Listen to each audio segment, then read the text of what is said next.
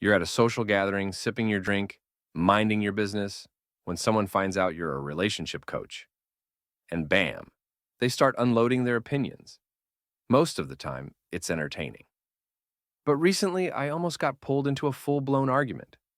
Meet Ethan and Alice, a couple in their 30s, both successful professionals, seemingly solid relationship. Then Ethan finds out what I do for a living, and he goes off for 10 minutes straight about how hard men have it in relationships. He's like, we're basically Atlas holding up the world. We can't mess up. We get sick, no one cares. We stumble, and the whole thing crashes down. No one thanks us, no one lightens the load. We're just expected to keep carrying it all. And then Alice jumps in, clearly frustrated, because she feels the exact same way. But about women, she's like, are you kidding me? When I get sick, the dishes pile up, the toilet paper runs out, the house falls apart, and no one even notices. My work is invisible, and so is my burnout. It was this close to becoming their favorite debate. Who's doing more in the relationship? Who has it harder? Sound familiar? The who does more debate. If you've ever been in a relationship, chances are you've had this fight. One of you vents, the other fires back with a list of their sacrifices. And suddenly, you're not a team anymore. You're competitors keeping score. It's exhausting, and it rarely ends with anyone feeling better. Because when both people feel overworked and underappreciated, resentment builds fast. Now, we all know what we're supposed to do. We're supposed to stay on the same team, appreciate each other, communicate. But let's talk about the part most people miss: fixing why these arguments keep happening in the first place. Step 1. Stop overextending yourself. Here's the twist. Sometimes doing less in your relationship is better than doing more.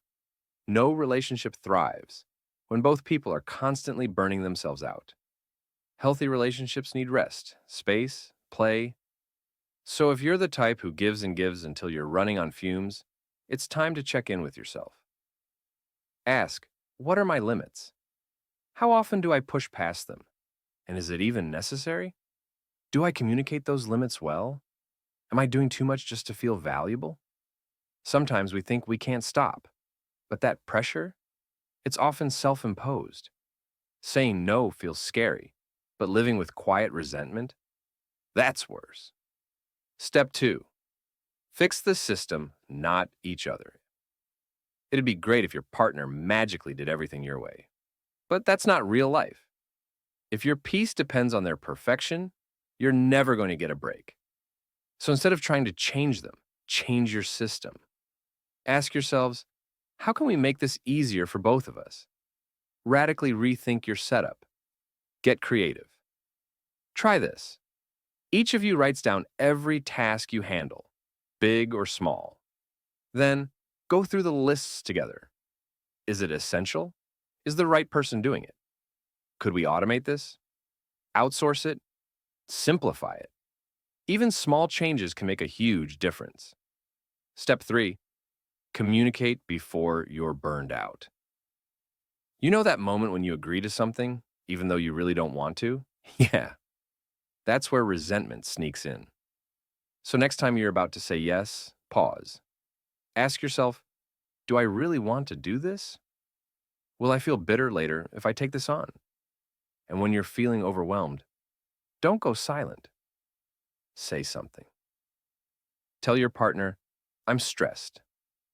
I need a break. Can you help me out? And if you catch yourself about to argue over who's doing more, shift gears, say, you know what? We're both doing too much. How can we make this easier on ourselves?